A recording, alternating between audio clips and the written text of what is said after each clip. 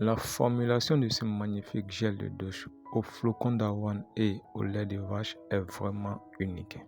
Composé uniquement d'ingrédients naturels et de tensioactifs très doux, non irritants, ce gel de douche est très hydratant et très apaisant pour la peau fragile des tout petits ainsi que les personnes adultes qui ont la peau sensible. C'est une formulation de gel de douche vraiment unique, donc suivez la vidéo jusqu'à la fin pour vraiment maîtriser cette recette. Alors, pour réaliser ce magnifique gel de douche, nos deux premiers ingrédients sont ici le lait de vache. Voilà, c'est très important pour la réussite de cette formulation. Et le second ingrédient est le flocon d'avoine. Voilà, qu'on appelle ici communément le quaker. C'est cet ingrédient un peu spécial qui va venir apporter ce côté très apaisant à notre gel de douche.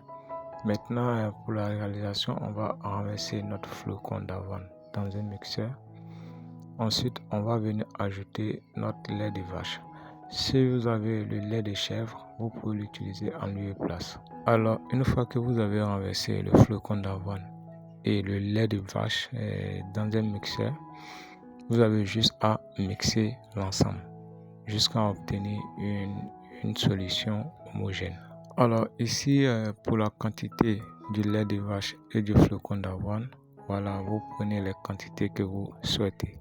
Pour ma part, j'ai pris environ 150 g de flocon d'avoine mélangé à 800 g de lait de vache. Comme je l'ai dit, vous pouvez prendre les quantités que vous souhaitez.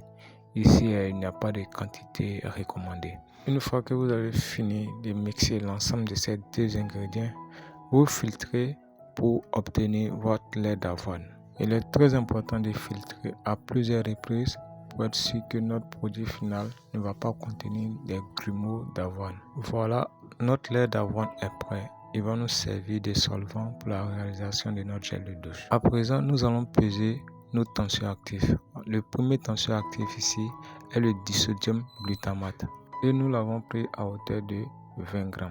Vous pouvez prendre un autre tensioactif de votre choix. Ensuite, nous venons ajouter notre ingrédient fétiche qui est la bave d'escargot que j'utilise pratiquement dans toutes mes recettes de gel de douche. Pour la quantité de la bave d'escargot, j'ai pesé environ 5 g. Vous pouvez prendre la quantité que vous souhaitez. Je profite pour vous présenter ces deux magnifiques livres sur les savons saponifiés à froid. Alors, pour toutes les personnes qui désirent maîtriser l'art des savons saponifiés à froid, ces deux livres sont faits pour vous. Plus que des livres, ce sont des formations. Alors, on continue avec notre recette de gel de douche. Là, j'ai pesé 150 g de mon lait d'avoine que je viens renverser dans mon tensioactif. Ici, le tensioactif, c'est notre disodium glutamate auquel nous avons ajouté notre bave d'escargot. Alors, une fois que cela est fait, je vais mélanger tout doucement jusqu'à ce que mon tensioactif se dissolve complètement dans mon lait d'avoine. Ici, il faut vraiment être patient. Il faut mélanger tout doucement pour fondre complètement le tensioactif. Vraiment, je vous exhorte à utiliser des tensioactifs vraiment doux qui sont plus adaptés pour la peau.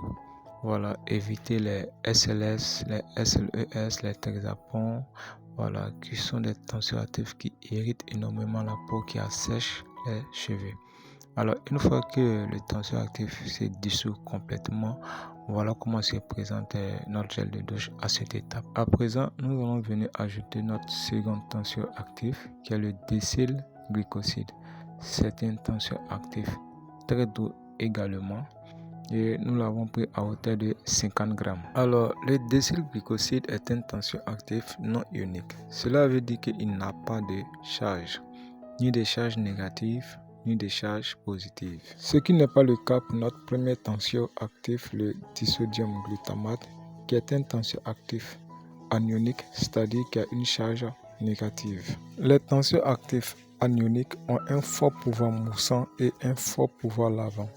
Donc, pour compenser cet aspect assez lavant et assez moussant, il faut les combiner avec des tensioactifs très doux.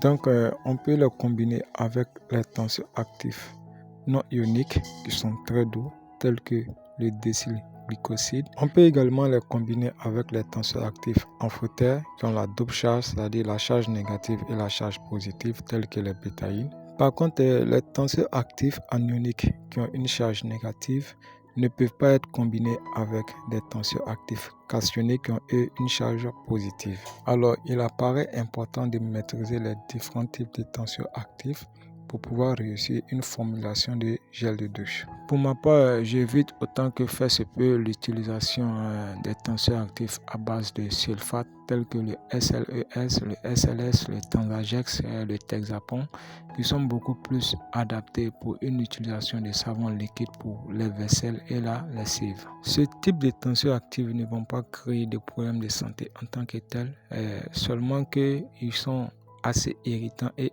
asséchants, ce qui peut être dangereux pour les personnes qui ont une peau sensible, ce qui peut être dangereux aussi pour les peaux fragiles des bébés. Alors, vous pouvez lire sur les étiquettes de pratiquement tous les gels de douche, même des gels de douche pour enfants, ce type d'ingrédients marqué SLS ou bien SLES, et vous allez voir juste en bas, en fin de liste des ingrédients, le chlorure de sodium, qui est le sel qui est utilisé en tant qu'agent épaississant lorsqu'on utilise ce type de tensioactifs-là.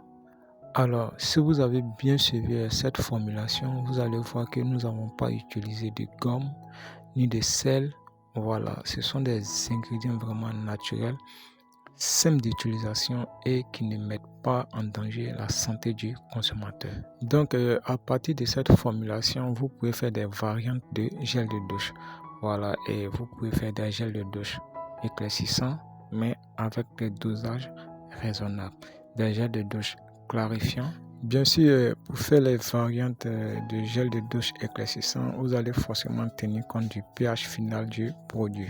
Par exemple, si vous réalisez un gel de douche éclaircissant à l'alpha-abutène et que le pH final de votre gel de douche est très acide ou très alcalin, cela peut transformer l'alpha-abutène en hydroquinone. Oui, vous l'avez bien entendu, l'alpha-abutène, lorsqu'il se trouve dans un milieu très acide ou très alcalin, il se transforme en hydroquinone, ce qui peut être très dangereux pour les consommateurs. Et là, nous sommes pratiquement en fin de préparation de notre gel de douche. Et comme vous pouvez le constater, c'est un gel de douche qui mousse très bien. Notre livre sur le bon dosage et la bonne utilisation des principes actifs en cosmétique sera bientôt disponible. Alors, n'oubliez pas de laisser un petit like pour la vidéo et de vous abonner à la chaîne.